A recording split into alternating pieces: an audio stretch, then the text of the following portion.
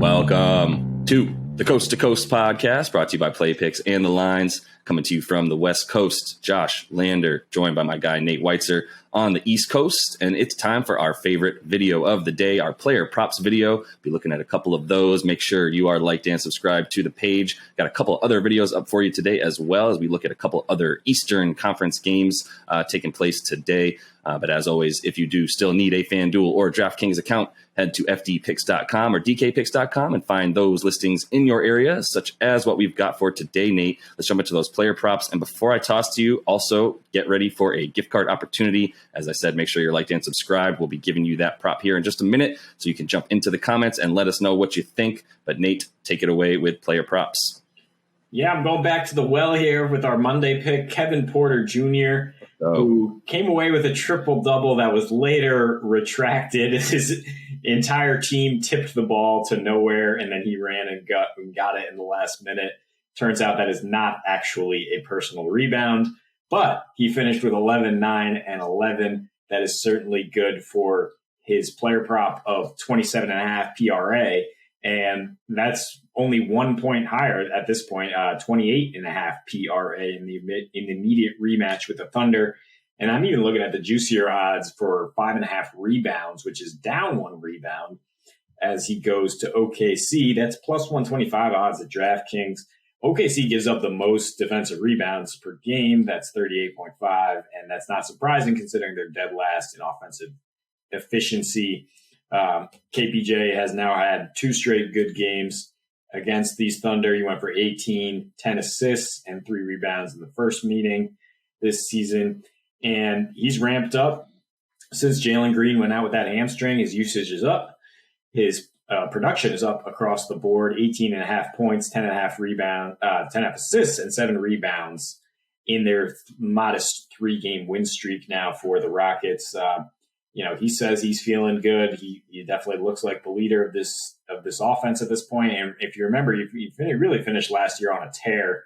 Now that he's able to play freely and appears to be over the leg injury that slowed him down at first, I think he'll continue to put up these pretty good bulk production with some horrible field goal percentages and a bunch of turnovers. But that's not really what we're betting here.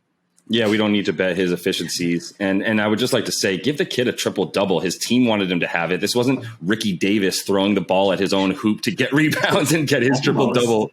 Come on, So, anyway, KPJ pulling. I don't need to worry about his efficiencies. It seems like their offense is Kevin Porter Jr. pull it, and either Christian Wood sets a screen and rolls, or he is already down there just waiting for those offensive boards, because that's their offense at this point. I kind of feel like maybe they should have picked Scotty Barnes. Another conversation for another episode probably, but Scotty Barnes would have fit into this team super, super nicely. And I think they already had Jalen Green's type in KPJ. So it's a little bit confusing there, but we'll give the Rook a little bit more time, and we'll continue to pounce on those KPJ props while we've got Jalen Green on the bench. Another guard that I'm going to be looking at here, and another over for some props, is Trae Young in Indy, where the Hawks are headed for tonight's game. And I'm going to be looking at his points and assists, which is actually what I'm going to make the gift card as well, Nate.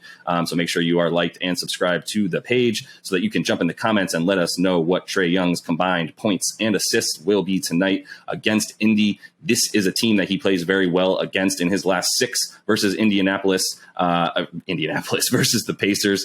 He's got averaging 32 points, 9.5 boards on 45, 40, 90 splits.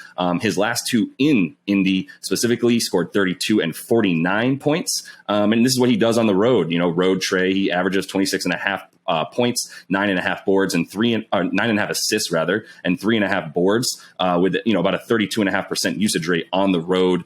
He keeps seeing him put up big numbers on the road this year, specifically because nobody else really shows up. The next highest scoring points per game on the road for the Hawks is John Collins at about 16.5 points per game. So that's about a 10-point difference between the first and second scorer on this team, and everybody else is averaging below that, obviously. So I think Trae against the conference opponent like this in Indy, and a team that he's done really well against, and a team that's sputtering, just gave up 118 to those Bucks the other night as well. I don't trust them on defense. I don't trust them anywhere. They're just middle of the pack or worse everywhere. And Trey on the road is something that I feel really, really good about, as he sort of got that villain title that he acquired during that Knicks series last playoffs. Yeah, and the Hawks are starting to figure things out on the road to a degree. Those Pacers are pretty tough to predict how they will perform on a nightly basis, but we do know they give up a ton of production in the paint. Going back to last season, they're 23rd in paint points allowed right now. So I think that bodes well for Trey, who's not really taking a lot of threes this year. He's getting in there, using that floater and throwing lobs. Yeah. I think that bodes well for his usage tonight. Speaking of owning the paint, Jonas Valenciunis, who went off for a career high 39 in his last game, hit 7 of 8 from deep. I was going to say he owns the paint, but he hit 7 threes the other night. Yeah, I mean, that's not really replicable. What we are looking at his ability to score down low against the Mavs, who just gave up 60 paint points in their last game. They're giving up the third most down low. In their last 3, Kristaps Porzingis hurt again. Ankle injury, he's questionable. Willie Cauley-Stein is out with an illness. And Dallas has given up a healthy 55 rebounds per game on the road. They are not very good on offense. Again, leads to a lot of boards. And Joe Val averaging a solid 12.4 rebounds per game. He's got a usage rate of 31% in his last 6. Obviously, the Pels still waiting Zion Williamson. And until he's there, they're going to run their offense through this man in the post. And he's had his success against Dallas, 20.5 points per game and 13.5 rebounds per game his last 2 meetings with this squad. So at just 18.5 points, even money there, I think he can get over that. And I would look at the rebounds combined with the points at 30.5. You get slightly worse odds there, but he's just been a double-double machine 4 straight. And yet, like I said, averaging over 12 boards per game. So that'll help him in a game where neither team is really expected to shoot a very efficient percentage. Yeah, but you can get buckets all day in the paint against those Mavs. As you mentioned, Kristaps Porzingis was supposed to be that unicorn that came in and provided some rim protection on top of everything he's supposed to be able to do on offense. And that has not been the case. They are the 26th rated defensive team right now per 100 possessions there, which is a complete turnaround from, 27th. And it's a complete turnaround from the 6th overall defensive rating they had under Rick Carlisle.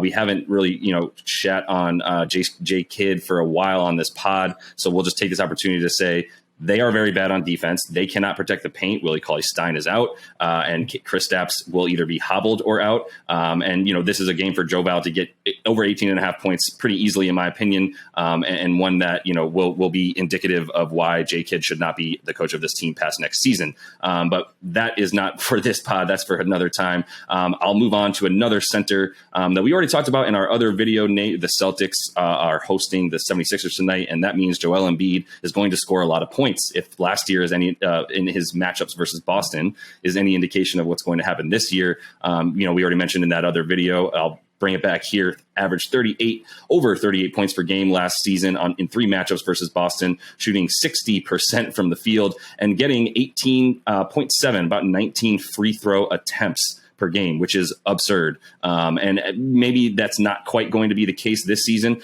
in terms of getting all those free throw attempts, as obviously we've seen, the refereeing sort of calm down a little bit on some of those swing throughs and things of that nature that Joel has been, known to do as well.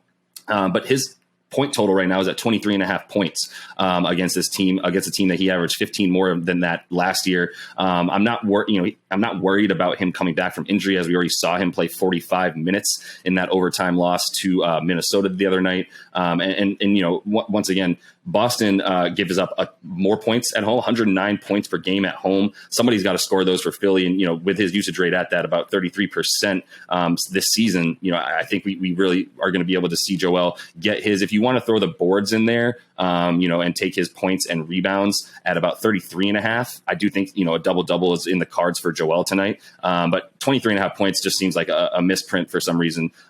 Maybe they don't think he's getting the minutes. I don't know why you would think that, but it's way under what he's expected to get, especially against a Boston team that is just that bad. Yeah, I mean, maybe it's because he shot 4 for 16 from the field against the Magic his last time out. But as you mentioned, yeah, he gets up to face the Celtics, and I don't think that that's any indication of how well or how hard he's going to play tonight. And as we talk about in that full episode, the Celtics dropped from 1st to 24th in defensive rating at home. They're giving up a healthy 109 points per game. We like the Sixers team total at 102, and certainly like Embiid to lead the charge in getting them there. So, yeah, I think 24 points is very attainable for him. Absolutely. So that is all the time that we have for today. Make sure you're liked and subscribed to that page so you can jump in the comments and let us know Trae Young's combined points and assists tonight against those Pacers. And until we see you next, happy betting.